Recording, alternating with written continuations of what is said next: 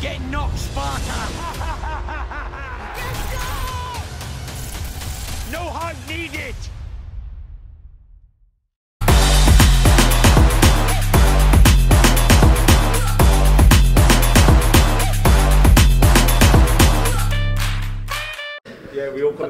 Andrew McCART, IFL TV, proudly sponsored by Everlast. I'm here with the main man himself, Mr. Sam Jones. It's always a pleasure to see you, my friend. How are you feeling?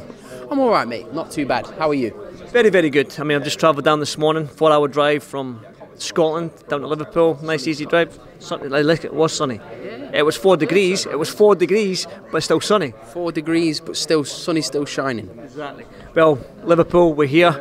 A lot of Scouse talent on display today. We've got Sam Maxwell, who's to your left. You've got Paul Butler. You've got Jazza Dickens, who's there. All three of them, that almost at that world level. IBO world champion in the making, maybe for Sam Maxwell. Then you've got the young talent come through, the Peter McGrail, the Joe McGrail, Harry Kinsella. Do you know what I mean? It's unbelievably stacked with talent from this region, man. Just talked about the whole card itself, I suppose. Yeah, listen, it's a terrific card. It's a shame what happened with, as I say, with the main event. However, I think people had it in the back of their minds that Casemiro is always going to struggle to make weight. He broke the rules, so therefore he can't participate in the fight. But Sultan's stepped in. He's raring to go. He's in good shape. He was preparing for this fight. So Paul Butler's got it all to do on Friday. Can we touch on the Casemiro thing? The whole sauna video 2 days before a fight. I mean, if you're fighting somebody, you don't really want to show your opponent, especially on a video, that you're using a sauna to lose weight. It's just like unintelligent, but at the same time, is the board a right to do what they did? It's against the rules. He broke the rules, so therefore he's not fighting. Well, he's up against a tough opponent in Sultan himself, who beat Casemiro. A lot of people might not know that, but he did beat Casemiro 5 years ago in a 10-round fight, I believe. So it's exactly, and it's a tough fight for Paul. So this isn't just some late replacement. He's not coming to fight. He's coming to fight. He's coming to win. He's coming to win the fight. He was telling us afterwards. I mean, the translator didn't need to do anything there, did he? Really, he spoke really good English. He said it very clearly. He's coming to win. Very respectful guy. I can't wait for the fight. Really excited for the fight. Yeah, definitely. But again, we talk about the young talent coming through in Liverpool. You put a big statement. I'm going to just put you up, and Peter McGrail, probably the best amateur to come from this country. So when you saying that, I mean, how good can Peter McGrail be, and how far can he go? I'd be flabbergasted if Peter McGrail doesn't win world titles in different divisions. I really do. I think he's that good. As I said, one of, if not the best amateur to ever come out of this country. I mean, you speak to people, a lot of the Scousers around here, like your Paul Smiths. He's got the ability to become one of the best fighters, if not the best fighter to ever come out of this famous fight city. Well, he got a little bit of help from Ali Drew up there today. How was it like having her as a co-presenter, would you call it? Oh yeah. Ali was the presenter. I was not standing in for Richard, but like I'm doing what I normally do. But yeah, but it's been a difficult few days with the loss of Ali. So as I say, Ali done a great job. Talk about young Ali then. Obviously you signed him. You put up that video of going in the ring. I think he had it was an amateur fight or something like that. You signed him and stuff like that. So just quick word on Ali, and obviously had the shock loss. Andrew, heartbreaking, mate. Like genuinely heartbreaking. I woke up and it was a load of missed calls on my phone, and I looked at my phone and I kind of thought it was somebody that he knew had passed away, and I couldn't really process it. And then I looked at my phone and I was told that he'd passed away, which is it really, like, as I said, I don't want to say because how his dad and his family must feel. It's just unimaginable. But I was heartbroken at Andrew, because as I say, I've spent a lot of time with the kid. I've known him since he was about 11 years old when he was training with Asgard Tear in Derby.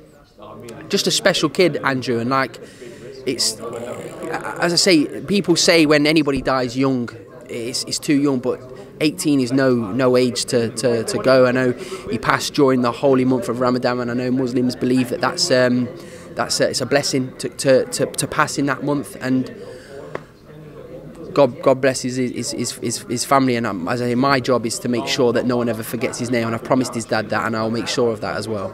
Lovely words, Sam. I didn't have the pleasure to meet the young man, and my heart goes out to his family as well.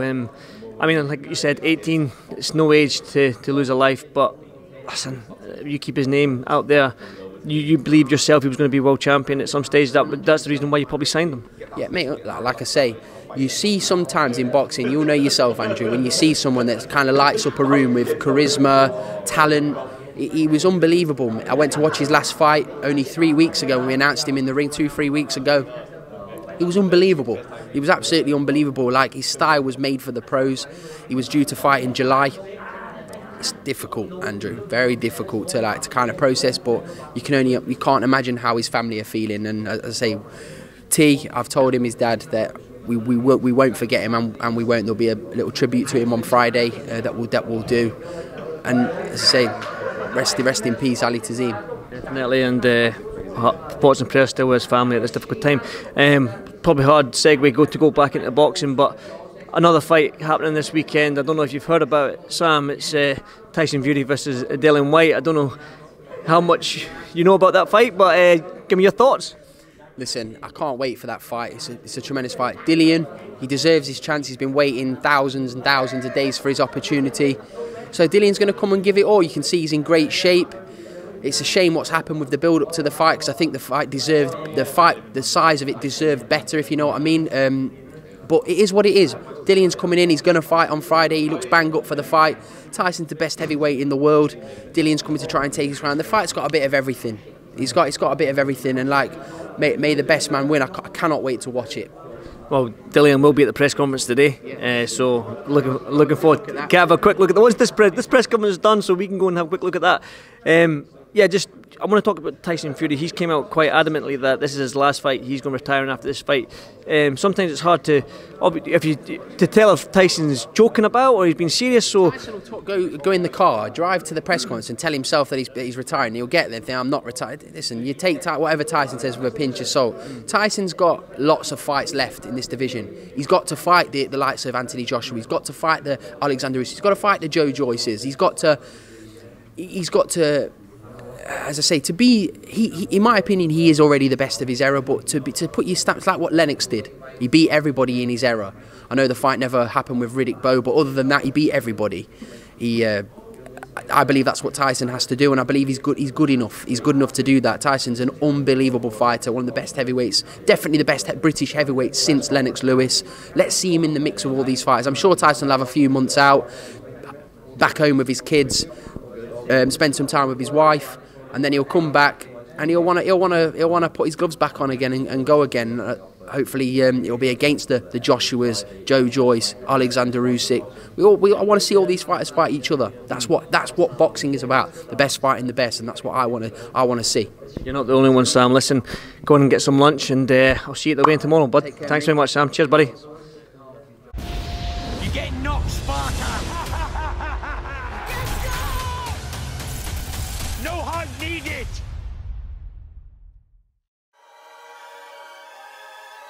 Welcome, Team Everlast, to the Team Everlast Fitness app.